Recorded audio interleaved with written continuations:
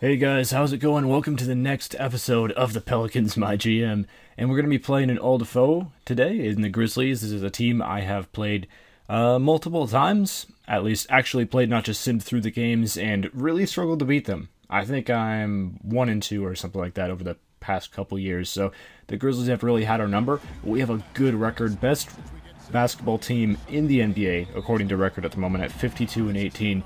This season has just been going very, very well with 12 games left in the year to play, and I think I'll be doing one more game after this one, and that will be about it for the season. Anthony Davis is blocked in the first possession by Marc Gasol, one of the best defensive centers in the NBA. Just sends that shot out of there, and then Randolph is going to score on the other end to get us started off here. But we are playing in New Orleans, and again, we're the hottest team in basketball right now, so I think we have a good chance of finally beating these Grizzlies that have caused me a lot of trouble in the past. But we're going to get our scoring started off with an alley-oop, which is a pretty good way to do it, I would say.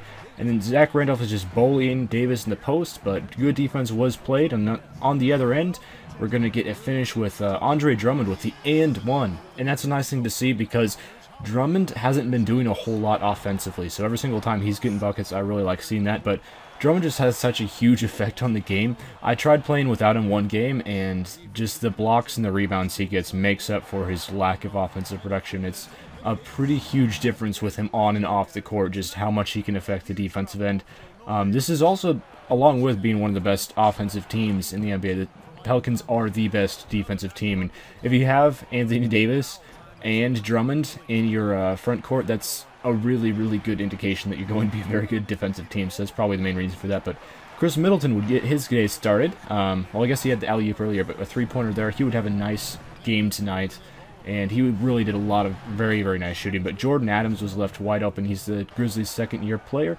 Doesn't really play at all in real life, but who knows? Maybe he might develop into a piece that they actually use. Davis would get the nice finish over Marc Gasol there, and we're coming off to a nice start. Already up 20-13. And if you can get points on the board, the thing about the Grizzlies is they're a defensive team. They have a hard time scoring themselves. So often if you can get a lead against them, they'll have a very difficult time getting those points back. But here we have Thomas Robinson just with the dunk, destroying, I believe that was Stokes on the Grizzlies, another young player that is a little bit undersized for the power forward position. He gets dunked on again by Robinson, just taking advantage of that matchup there. And Robinson would have a very nice game off of the bench. We'd get the turnaround jumper with Drew Holiday to end off the half with just a second left, so that was a really nice play to get some points there. And then alley-oop to Wilson Chandler, who would throw it down with the left hand. That was incredible.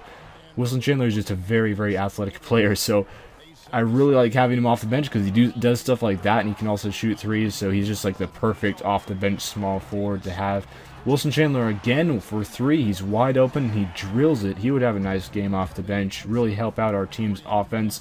And man, that's the biggest thing between the first season and the second season of this MyGM with the Pelicans series. Just our bench has improved so much.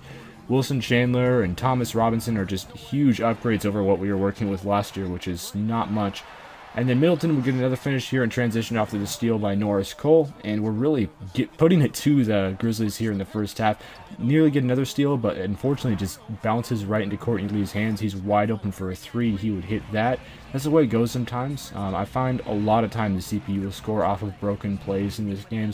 But it is what it is. Mike Conley finally doing something offensively. He was very quiet in this game, which is a bit of a surprise because he is the Grizzlies' best player. And I know the Grizzlies are more of a post-up oriented team. They're going to go to Marc Gasol and Randolph a lot with those post-ups, and that's one of the main ways they score. But Mike Conley really is the leader of the offense, and he's one of the few guys in the team who can shoot as well. So he's really, really important to the team. But he didn't do a whole lot in this particular game. I'd like to think that's because of my defense on him with Drew Holiday, but probably not. As Marc Gasol gets swatted here by Drummond, and there weren't a whole lot of blocks by Drummond in this game, and Chris Middleton just pulls up. He's like, why not?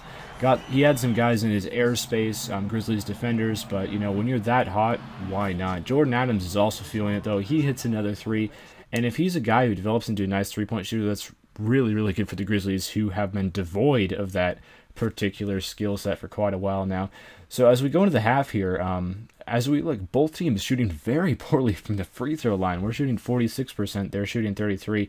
I think we had Andre Drummond fouled a few times, and he's around a career 50% free throw shooter, so that might explain some of that, but I'm not sure why the Grizzlies were struggling so much. They'd start off the second half with Marc Gasol hitting a jumper, and he really needs to do more of that if his team wants to get back into the game. And I would just pull up here with Jrue Holiday, even though the modern NBA is going in a direction where not a whole lot of teams are shooting mid-range jumpers. Pretty much everyone just shoots threes. Jrue Holiday is so dangerous in the mid-range. Like, it's a weapon you got to use. And then Anthony Davis would finish with a nice cut to the rim there, which was just beautiful. It's easy to take that for granted playing with Anthony Davis all the time, but there's not very many 7-footers who can just cut the way that he did. And unfortunately, there was one play in a game that I'm not going to show because the game was a blowout. It's not worth showing.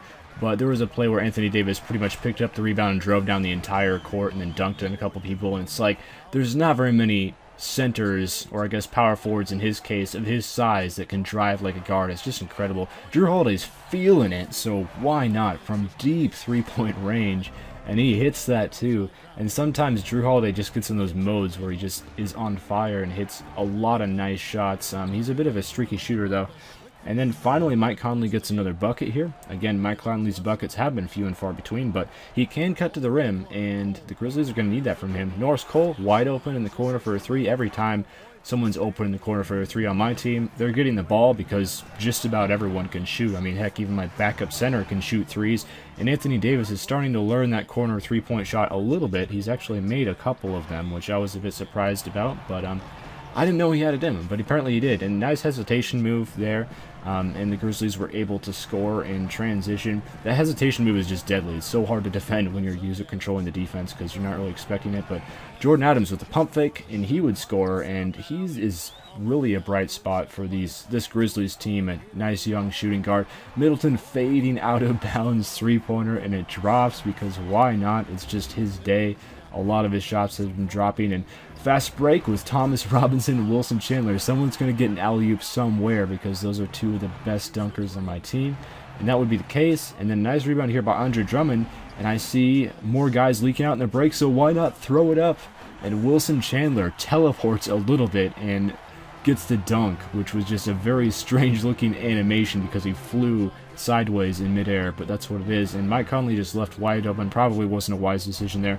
We have had a huge lead throughout the early part of this fourth quarter, but of course the Grizzlies are going to cut it back. I wouldn't be showing this game if it was a blowout, and the Grizzlies finally learned how to shoot threes here in this fourth quarter as they would hit a couple in a row, and they were not done.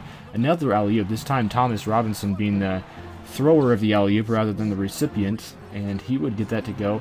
And Jordan Adams, just nasty, pulls up with a dude right in his face. Tyreke Evans is not able to do anything about it, and he hits the shot. Probably a bit of a desperation shot there, but it dropped. And Jeff Green, another three. The Grizzlies have hit 4 threes in a row. Well, I don't know if it was in a row or not, but the last 4 shots that I showed by them were all threes, so we're going to say that's the case. Robert Covington is in the game because I needed some offense, and pretty much everyone on my team was cold at that point, so he would hit a 3, which would get us going a little bit. And then Anthony Davis with the nice pump fake, and it froze Zach Randolph, so he was able to score. But the Grizzlies do need more three-point shooting. They're going to get that with Conley, who's free to launch away, but in this case, the rebound went to Drummond, but it got tipped out of his hands and tipped into the basket by Randolph, and that's why there was the funky, weird stuff going on. But Anthony Davis hit a shot in transition. It looks like this lead is probably secure, especially once the Grizzlies started playing the foul game. But as you recall earlier in the game, we were having trouble making free throws, and that would continue to the later stage of this game as well. There were a lot of missed free throws, and the Grizzlies were just able to capitalize on a lot of those missed shots, and it would almost be enough for them to come back, but not quite. They'd hit one final 3 with Adams because he was just on fire this game.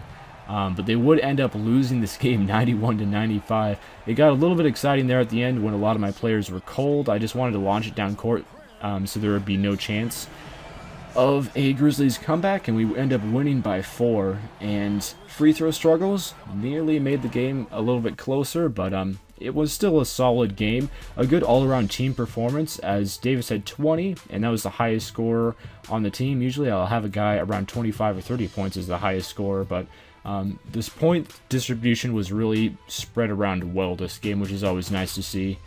Thomas Robinson, really nice game with 11 points. He's not much of a scorer for the most part, but this game he got his work in. And for the Grizzlies, Jordan Adams led them in scoring with 20 points. Not a very efficient night with 18 shots, but still, since he's a young player, that's probably a really good thing for them to see. overall, pretty good game, and I'll see you guys next time with the final game of the regular season. And then after that, we're going to be going into the playoff season 2, and this time we will be the favorites since we have such a good record. So hopefully, we'll come out there with victory. Thank you guys for watching. Farewell.